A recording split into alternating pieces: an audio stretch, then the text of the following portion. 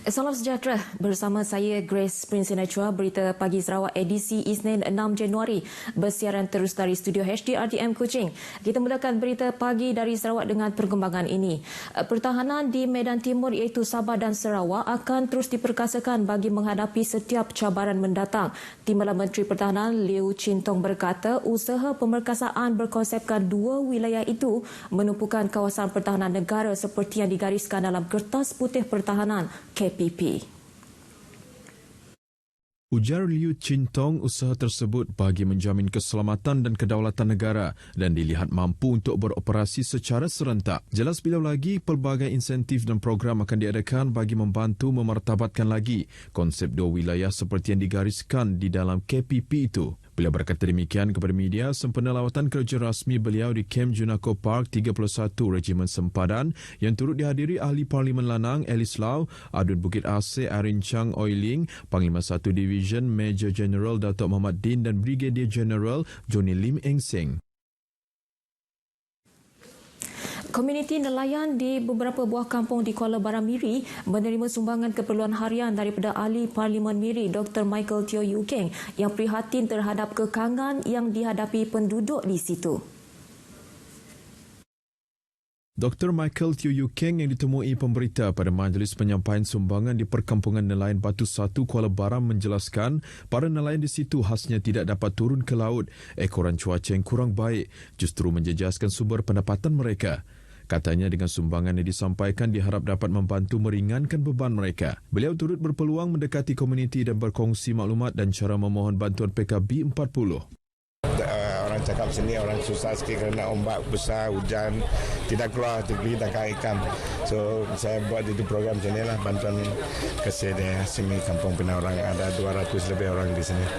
At the same time saya mau cari orang mau buat PK 40 pernah. Lebih 200 penerima rata-ratanya nelayan menerima sumbangan berupa beras, gula dan minyak masak.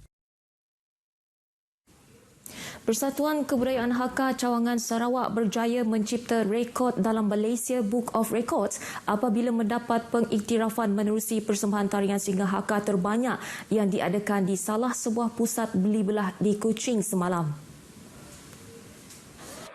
Presiden Persatuan Kebudayaan Hakka Cawangan Sarawak Michael Leong berkata, persembahan tarian singa Hakka itu disertai 71 kumpulan tarian singa Hakka seluruh Sarawak. Sijil pengiktirafan rekod tersebut disampaikan wakil The Malaysia Book of Records dan disaksikan Ahli Parlimen Kuching. Menurut beliau, seni tari itu mempunyai keunikan tersendiri dan berbeza dengan tarian singa biasa yang dipersembahkan pada musim perayaan. Ia juga semakin kurang ditampilkan berikutan kekangan guru yang boleh melatih. Dengan kejayaan yang dicapai, beliau berharap tarian singa Hakka terus dipelihara dan dikenali dalam kalangan generasi muda. Menurut beliau, persembahan tarian singa Hakka secara besar-besaran ini diadakan untuk menanam rasa sayang dan hormat akan budaya tarian singa Hakka yang berusia ribuan tahun.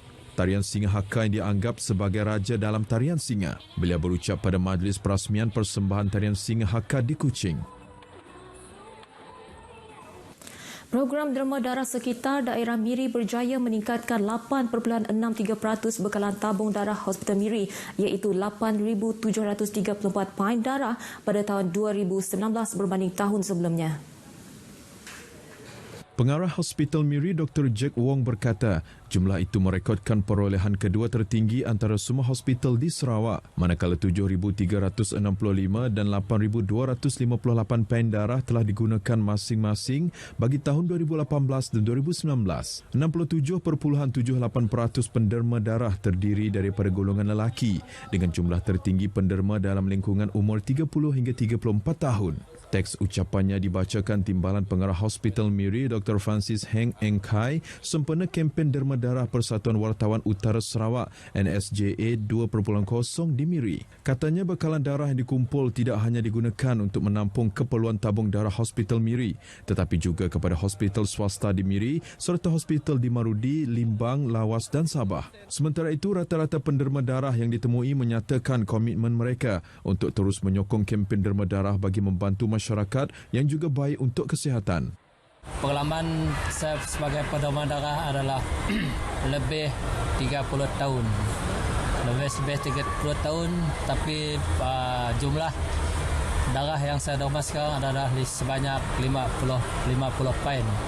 Kepada orang luar ataupun orang awam, datanglah beramai-ramai untuk mendorma darah. Sudah 3 kali sudah saya demam. Okay. So macam mana experience tu daripada tadi pertama? Saya rasa banyak orang dia takut demam darah sebab dia takut itu takut itu suntikan kah? Takut sakit kan? Sebenarnya tidak sebab dia proses dia ambil lebih kurang 5 sampai 10 minit saja. 90 individu menderma darah pada program berkenaan dengan 17 daripadanya merupakan penderma darah baru. 1.1 juta RM2 batang rokok seludup bernilai RM261,560 berjaya dirampas Kastam Sarawak. Kejayaan itu diperoleh hasil serbuan di sebuah rumah di Siburan Jumaat lalu yang disyaki dijadikan gudang penjenayah. Menurut Pengarah Kastam Sarawak, Datuk Sharifah Halimah Tuanku Taha, operasi dijalankan hasil siasatan dan maklumat awam.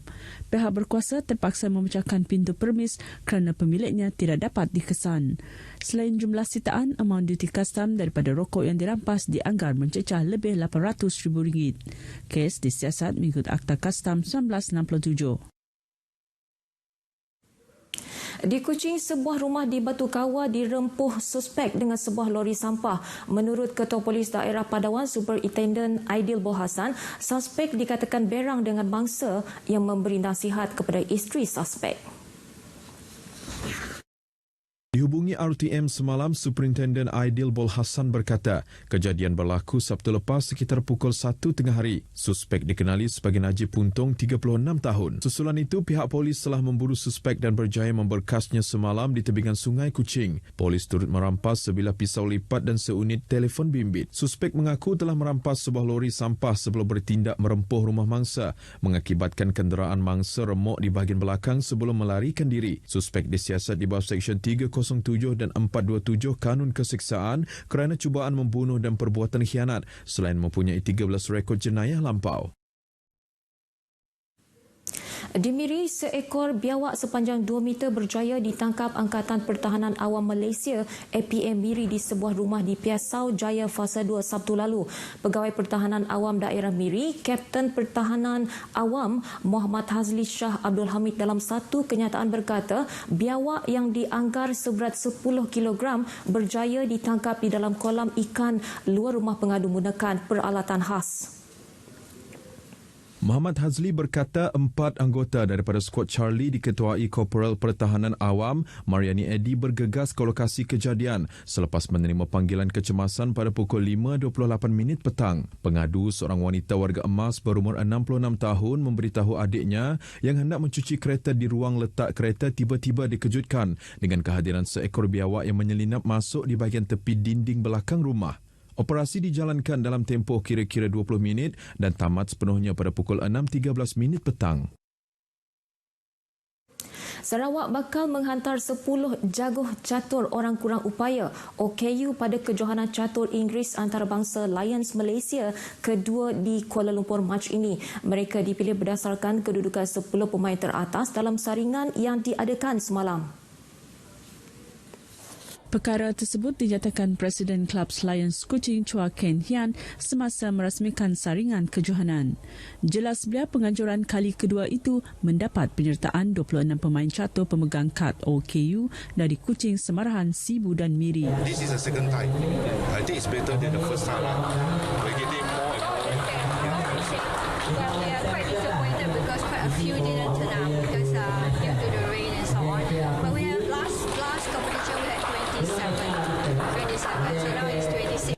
Pasukan 10 pemain ini akan mewakili Sarawak untuk bersaing menentang 5 lagi pasukan iaitu dari wilayah utara, tengah, pantai timur, selatan dan Sabah.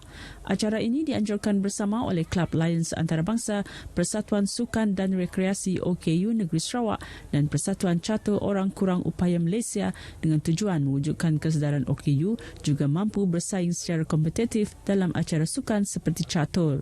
Hadir sama Presiden Persatuan Catur Negeri Sarawak Abang Muhammad Ridwan, Abang Sahari. Perkembangan itu tadi mengakhiri pertemuan kita dalam Berita Pagi Sarawak edisi 6 Januari. Teruskan kesetiaan anda bersama saluran-saluran RTM, jenama media paling dipercayai di Malaysia. Salam hormat dan sayangi Malaysiaku.